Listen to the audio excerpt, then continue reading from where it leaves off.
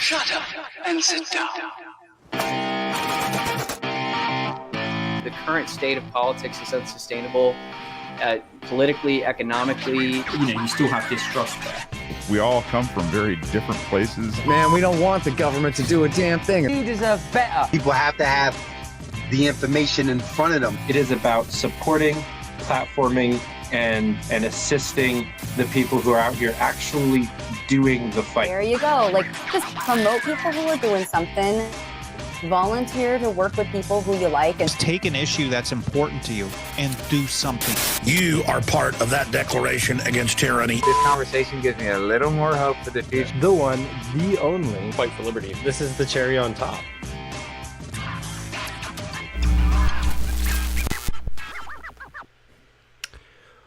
What is up, everybody? Welcome back to the Fight Club. As always, rule number one of Fight Club is talk about Fight Club as much as you absolutely possibly can. So go check out all of these social media accounts that are over here. Follow, like, subscribe, do whatever it is that you have to do on those. And we have an awesome show for you guys today. Two of my very good friends, and I'm excited for that conversation. But first, we're going to hear just a quick word from one of our sponsors.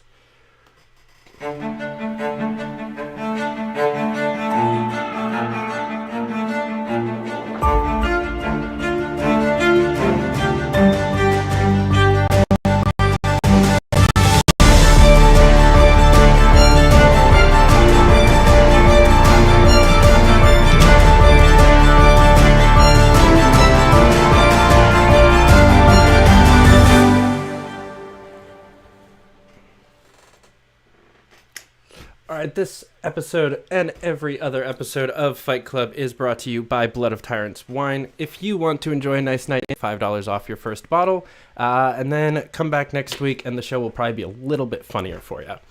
But without further ado, welcome back to the show, guys. So I wanted to do this show because we've had a couple of conversations I have between the two of you, and then also Reed was supposed to be here, but he's a bum. And yeah, right. That's like counterproductive there. But between like election season last year and a bunch of different legislative things that were going on. We had the Yemen bill kind of die this past week, and there's just been a whole lot of conversations about like, what are we even doing here? So I want to approach that topic with you guys. Like, if politics is hopeless and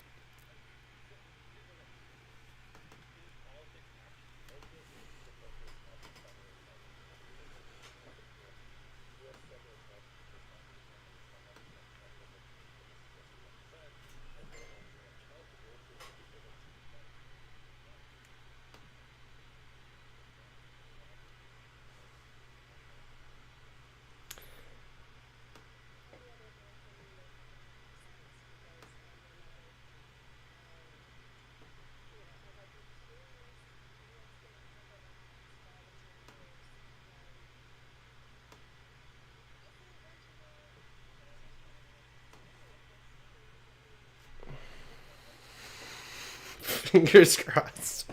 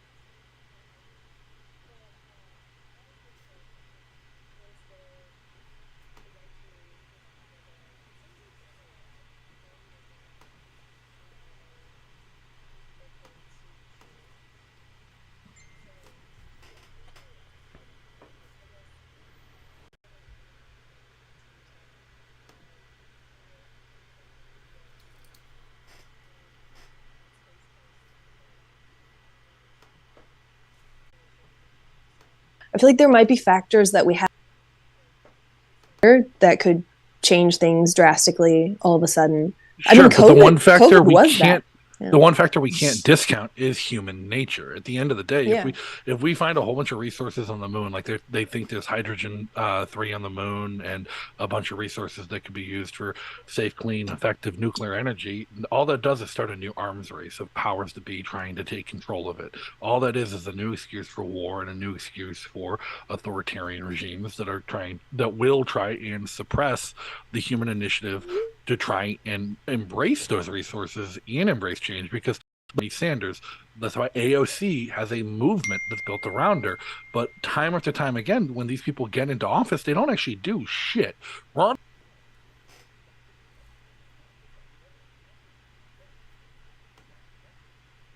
Sanders, AOC, every other like templated leader of some kind of, they're kind of at the end of the day irrelevant. Yeah, yeah. But the people who are running the machine want change if they would be able to change it. Because right now there's not that many, and it seems like a few of them. Well, here's the thing. There might be a lot of people who want change at any given time, but are they on the same page about the changes that they want to see? Oh, yeah. Yeah. Well, I'm hoping systemic change, right? Like in how the system functions. Okay, well, here's another thought though.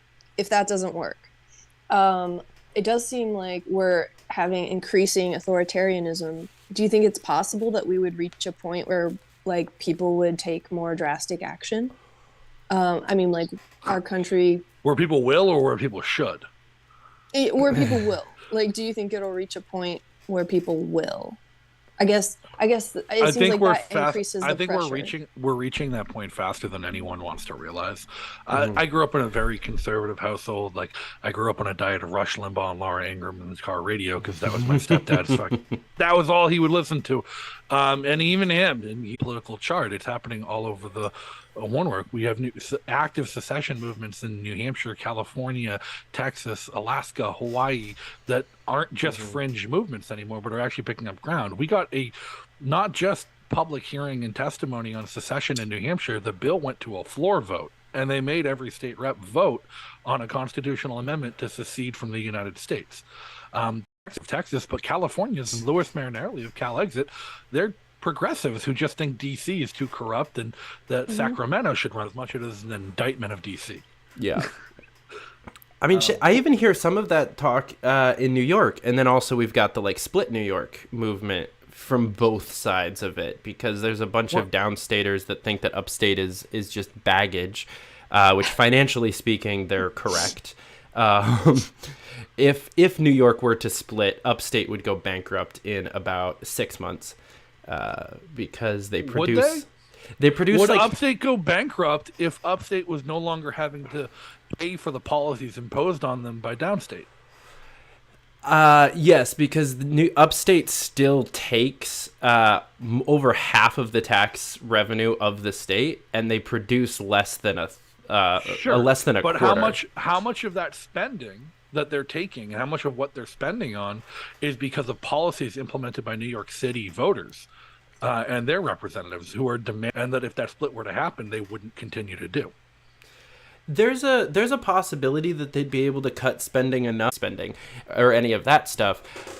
In fact, they might increase. The average upstater is still like is very, very like pro public school, pro.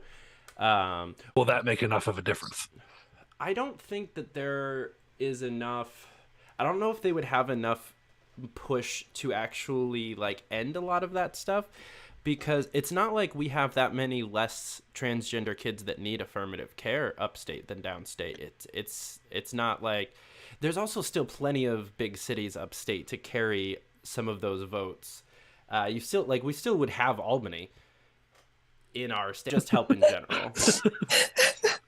We'll make a deal with Ohio so they can include Toledo also. We'll give you like Detroit, Buffalo, and Toledo. Just take it all. You guys can have the whole lake. Yep. Well, I mean, while we're at it, I saw a pitch the other day that we should just flood all. Yeah. With that point, so But to your initial point, I'm being very encouraged by the increased popularity of various secession, divorce, breakup movements, however they're framing it. The fact that normies are being able to wrap their head around the concept of changing where boundaries are, changing how states are drawn up, and the relationship between the states and the federal government. I think that's a big win, because for the longest time, just too entrenched, and the idea of like being a 51st state, we'd have to like redo the flag and all of this other stuff if they were going to split California in two. Like this is like a legitimate argument I've heard from a normie on the street talking about national divorce, or not national divorce, but like splitting a couple of the states up, like California and New York.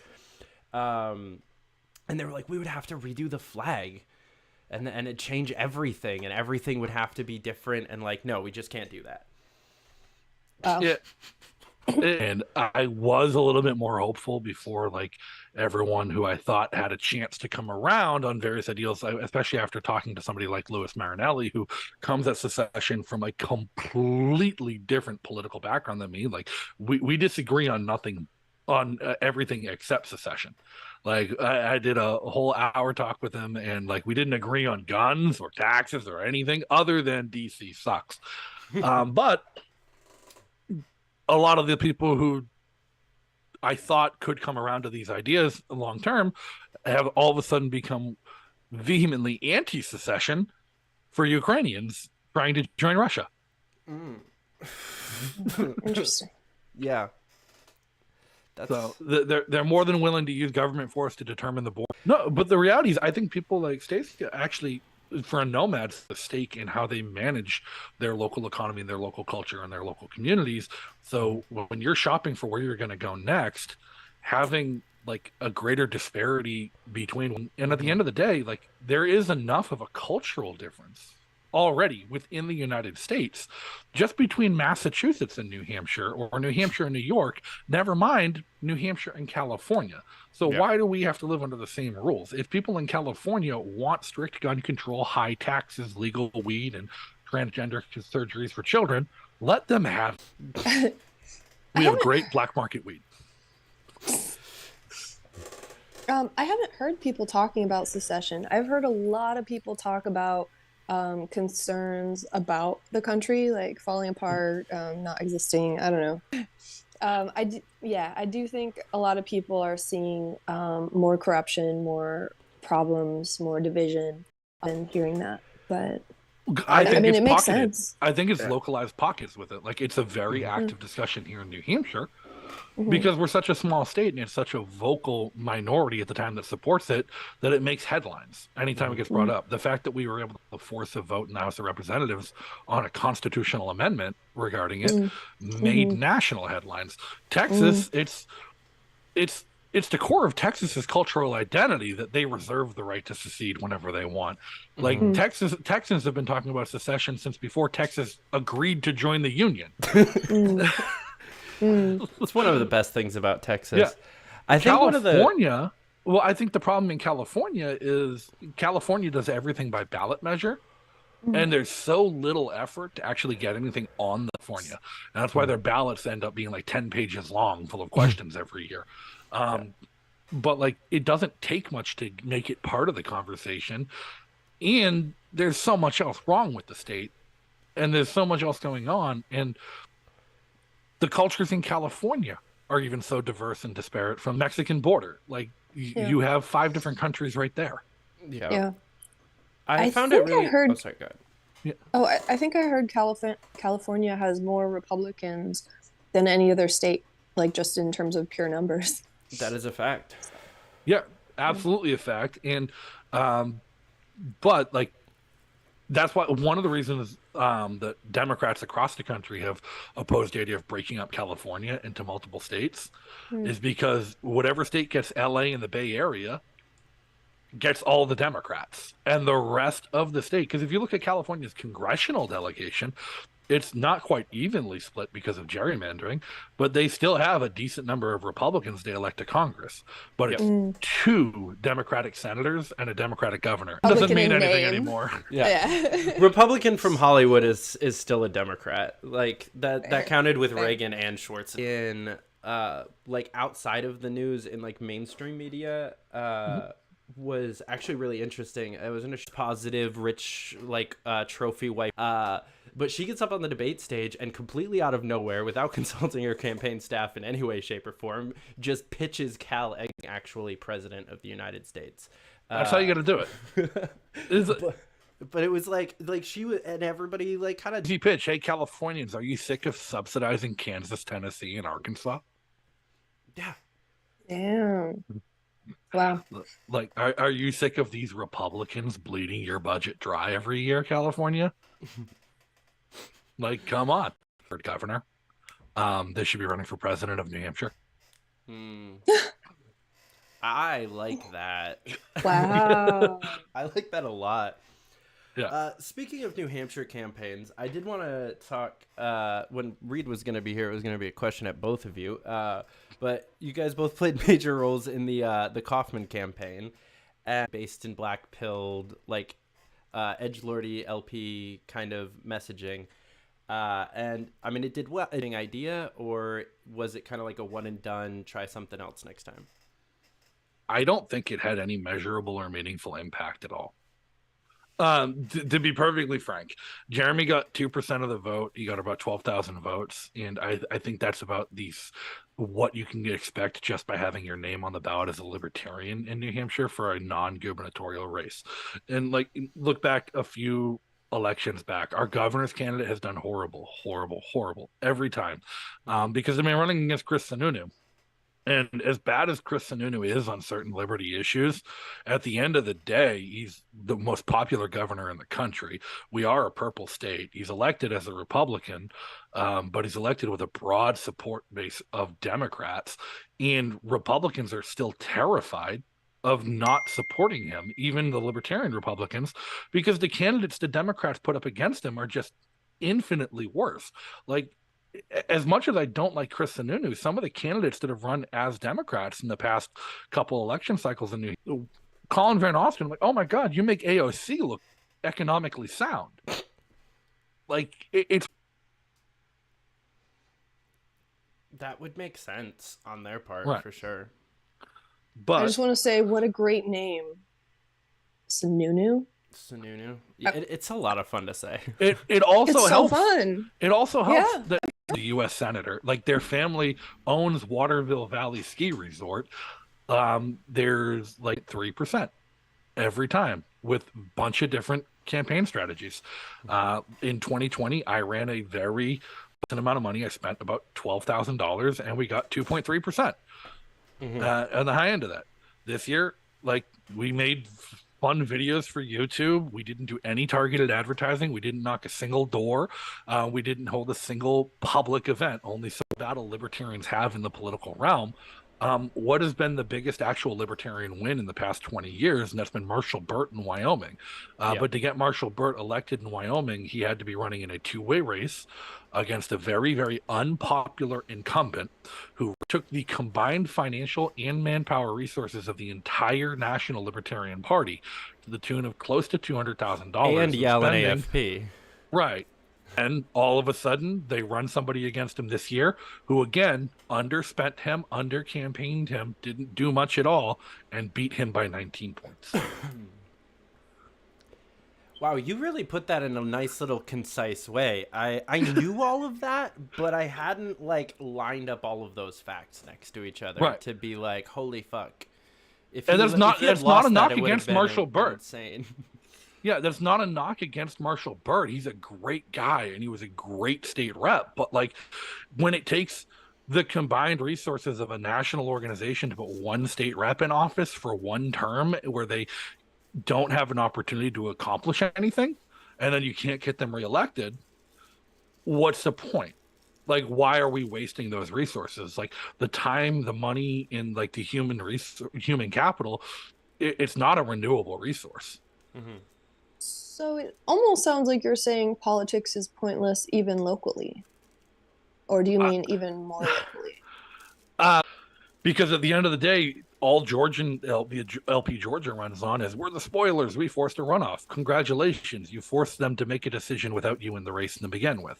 You ended up costing more taxpayer dollars at the end of the day to get the same result that would have happened if you didn't run. To even top it off, I dislike Chase Oliver personally. He was an amazing candidate who ran a great campaign who didn't accomplish anything.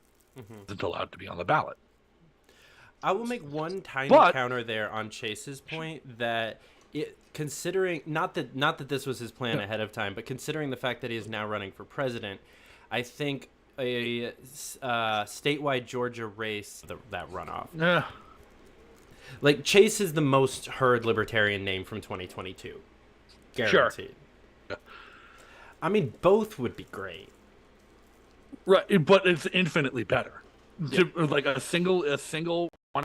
So I would work for Larry's whip team, and Larry's a friend. Larry's someone I support. I don't think Larry again would stand a chance in hell at making an impact at the federal election level, but I would support him for the nomination. Fair enough. What were you gonna say, Stacia? So on the other hand, Unity 2020 was announced on Joe Rogan. I think multiple times it came up, and it helped, but I think we had like 40,000 signups.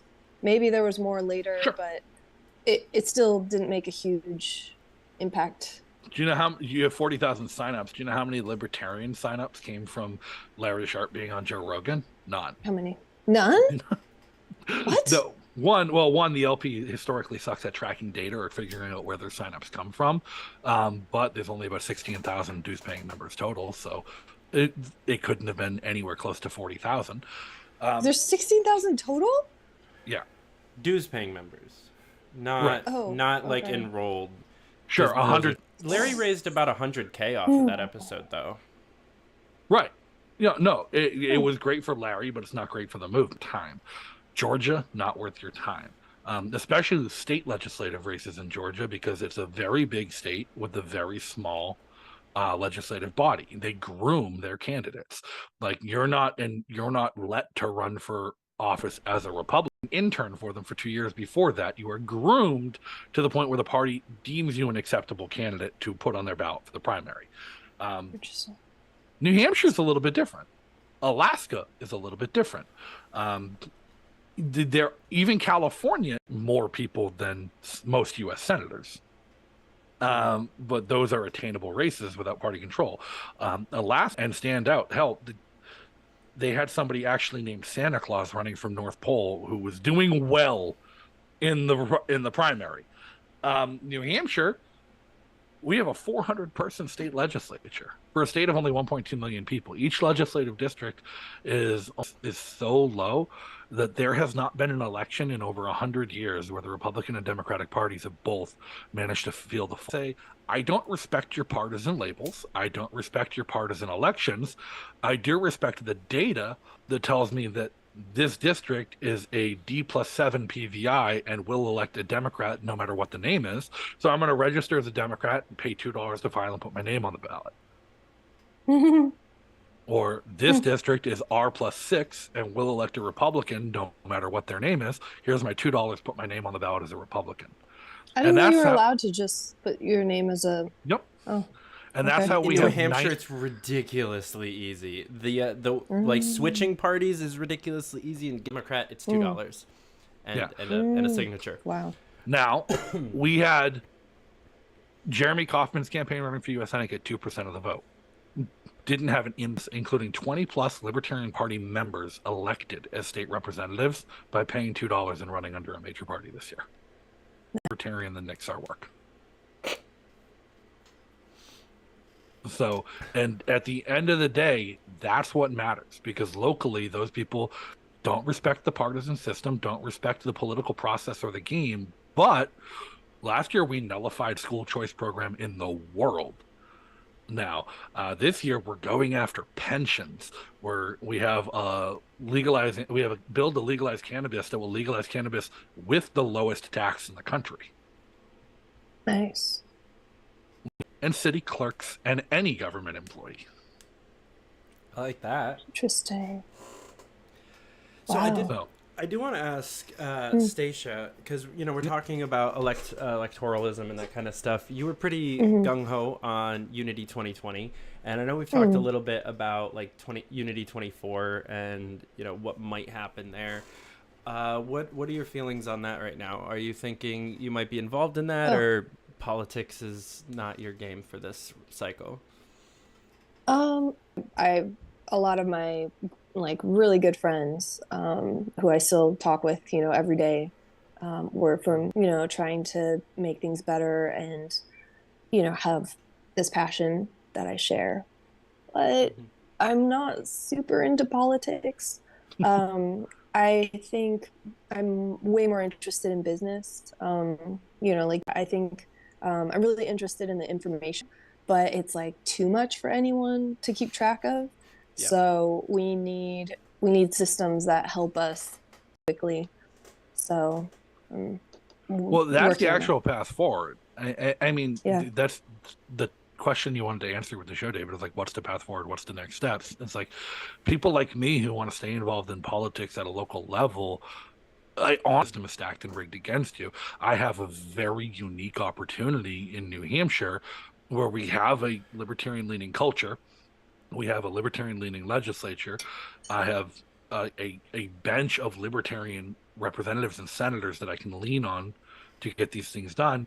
And I have the name recognition and respect within the legislature in New Hampshire, and enough people know me that I can have an influence as a lobbyist on the outcome of these bills. That doesn't exist, a waste of resources, when we should be focusing on things that libertarians do naturally excel at, and that's entrepreneurship. That's things like innovation and disruption. That's building systems that can escape and make themselves immune from the realms of the state and its control. And of course, that scares people because it's going to for over a library. Because he didn't get it set up in a way that was immune from the federal government. However, he did the best he could, and we learned a lot from that, so the person who takes that next step can learn from his mistakes and move on from that. And Odyssey has set themselves up to be immune from library going under. They're set up to continue the chain and continue the work independent of library. You see people I should probably talk to him. Because mine is also a crypto project. So yeah, it's definitely worth figuring out where he went wrong and learning from it. 100%. But and the same thing, you see Ian Freeman, who was operating laundering operation. I'm like, how do I get one of those? You will, if you're doing things right, you do put a target on your back. There's the old joke, the best agorists are in jail. Because they attracted the government to interact with them. But there are things you can do to set yourselves up and embrace the disruption in entrepreneurial spirit that libertarians just kind of exude naturally to make those changes and have an impact on those sectors. And it's not necessarily, you don't have to start a company, you don't have to be a tech entrepreneur, make a new chain or a new blockchain or new cryptocurrency.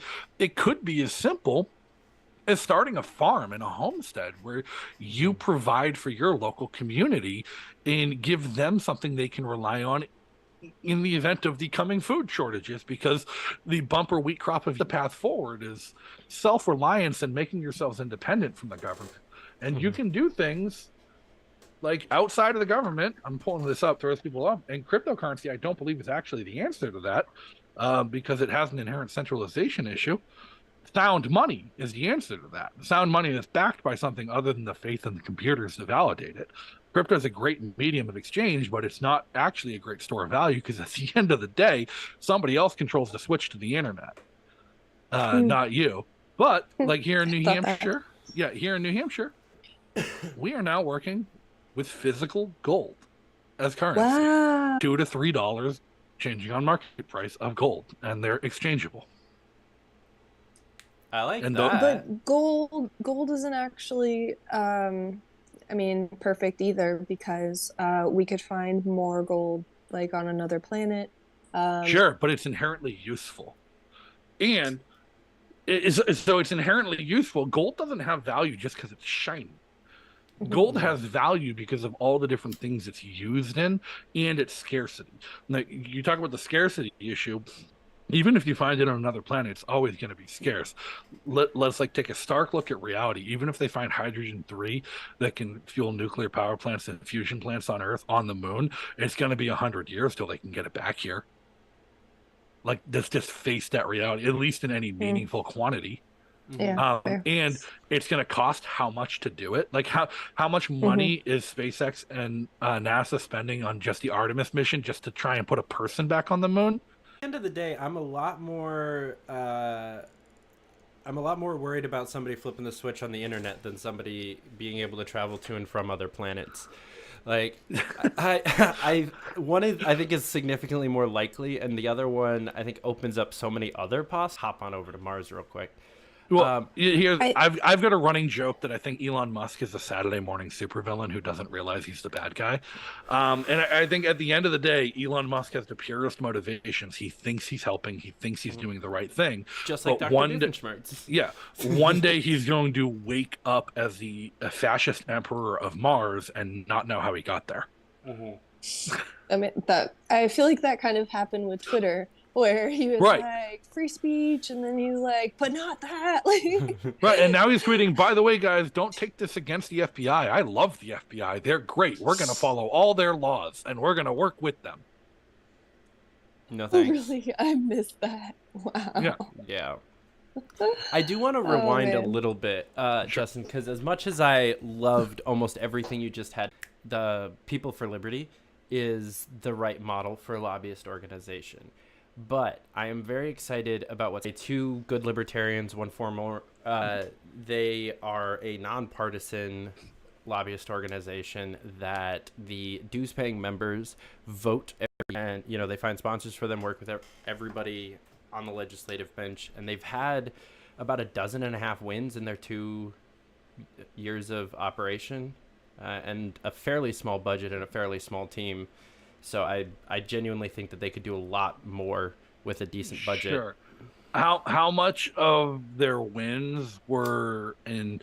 Free Staters actually hate me when I bring this up, but I think a lot of the early success of the Free State Project and the Free State Movement can be attributed to low-hanging. When we get elected, the Republicans will be like, oh, fine, we got to work with them. And the Democrats will then roll out all the money they can to get rid of it. And his staff is actually the state Republican Party motto, not the state Libertarian Party motto.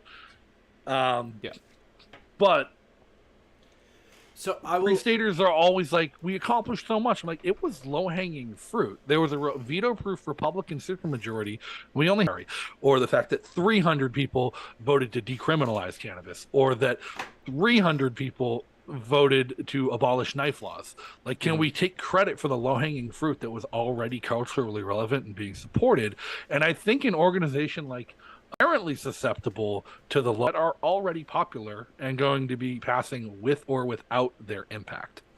So I will answer that question because I understand what you're saying, and I will say that it could be considered low-hanging fruit, but it wasn't currently on the discussion table. It was all like ingenuitive, if that's a word. They did was they made asset forfeiture cases be negative for the jurisdiction in most cases to try to steal money from people unless they took $100K or more, because that lawyer is going across the state. By doing that, instead of trying to because to say that you shouldn't be able to get representation in a case like that is ridiculous, they were able to find like even lower hanging fruit and get that win. So I like it. I like that part of it because it's getting wind that no one really realized was there. Sure. And I don't know anything about Tennessee's legislative process or how bills are submitted, drafted, and how the committees work and run that. And I don't plan to learn anything on Tennessee's legislative process. That's so far outside of my realm of responsibility or caring. It's nice to see that there is an option to do something there. The one thing I do know about Tennessee is their ballot access laws. And I think that is something that could be more easily challenged through active subversion than the legislative process. And if people want to make a big difference there, Tennessee allows independent candidates to just where the Libertarians lost a court case a few cycles ago, where the courts held that the state had a interest in keeping the ballot short and non-confusing, and so more annoying losses because they had representatives stacked with like votes promised and pledged to cut. It was just to cut the. I kind of want to like show up to those 6 people's houses with like bags of lobbying is not easy. Lobbying. I remember once.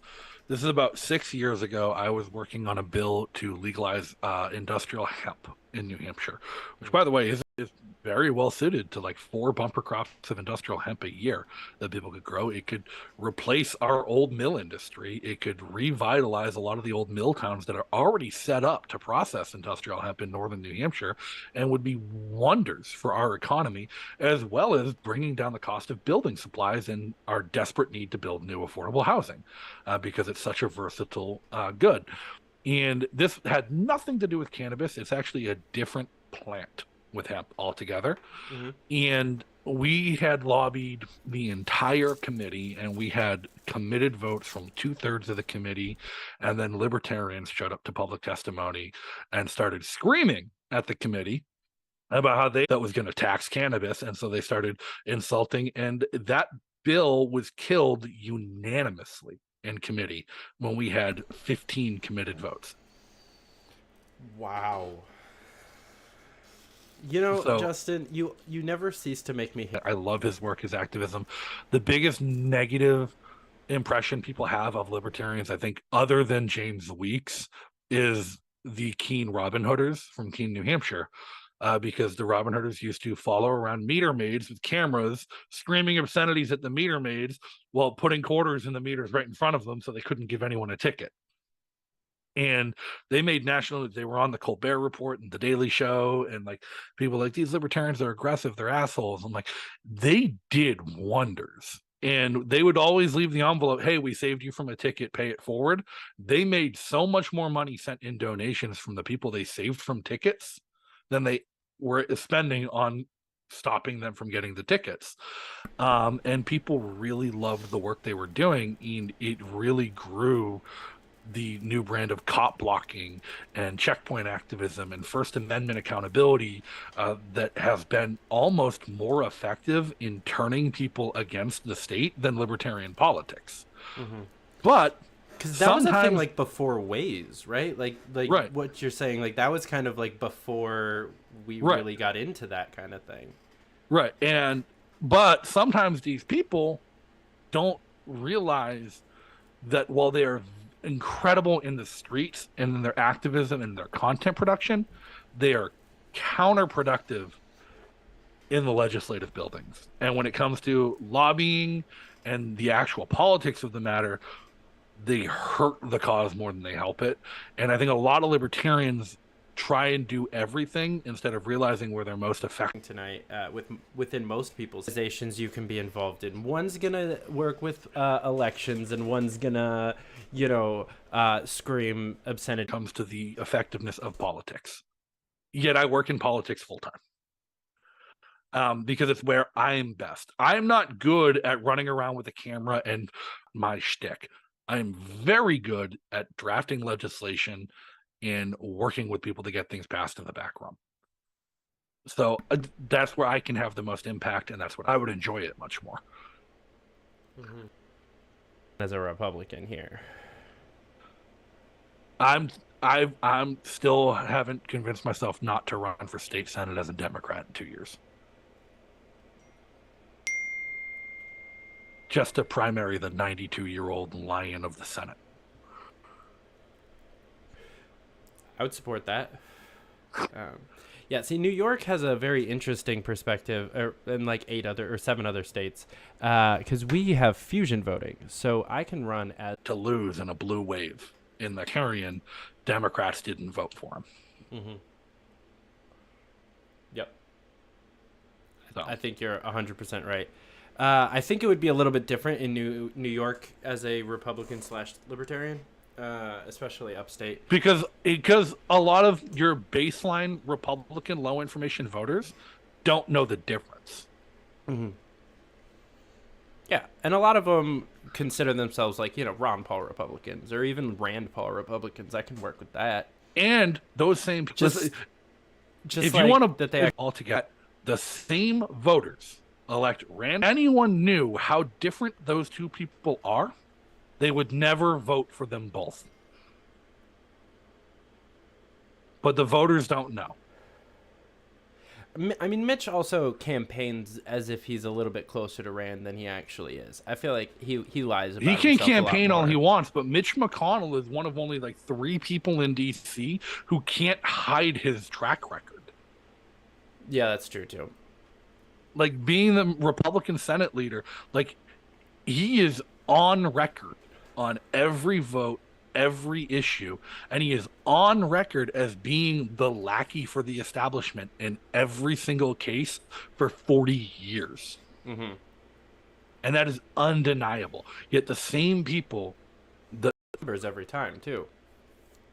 Correct. Yeah. So you want to talk about what the path forward is, what the next steps are? We relying on democracy to eventually free you, because your neighbors, while they might believe in freedom themselves, are too stupid to know what that means. Yeah. Wrap up. No, I think you nailed it. All right. Well, then tell us where to find you and follow or find out about your new project when it launches. Follow Second Look now. Give us a spiel. Yeah. Okay. So you can follow Second Look News .news or secondlook.news is the website for my news publication. We do peer-reviewed news, cite all of the sources. It's deep dive. And then curio.com and join our Discord, get involved. We're working on our NFTs right now. Nice. And for you, Justin, how can people find Subversive and all of the other fun things you do?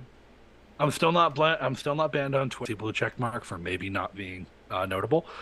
But follow me there and check out my YouTube and Odyssey channels for the Subversive podcast new Uncommunist Manifesto.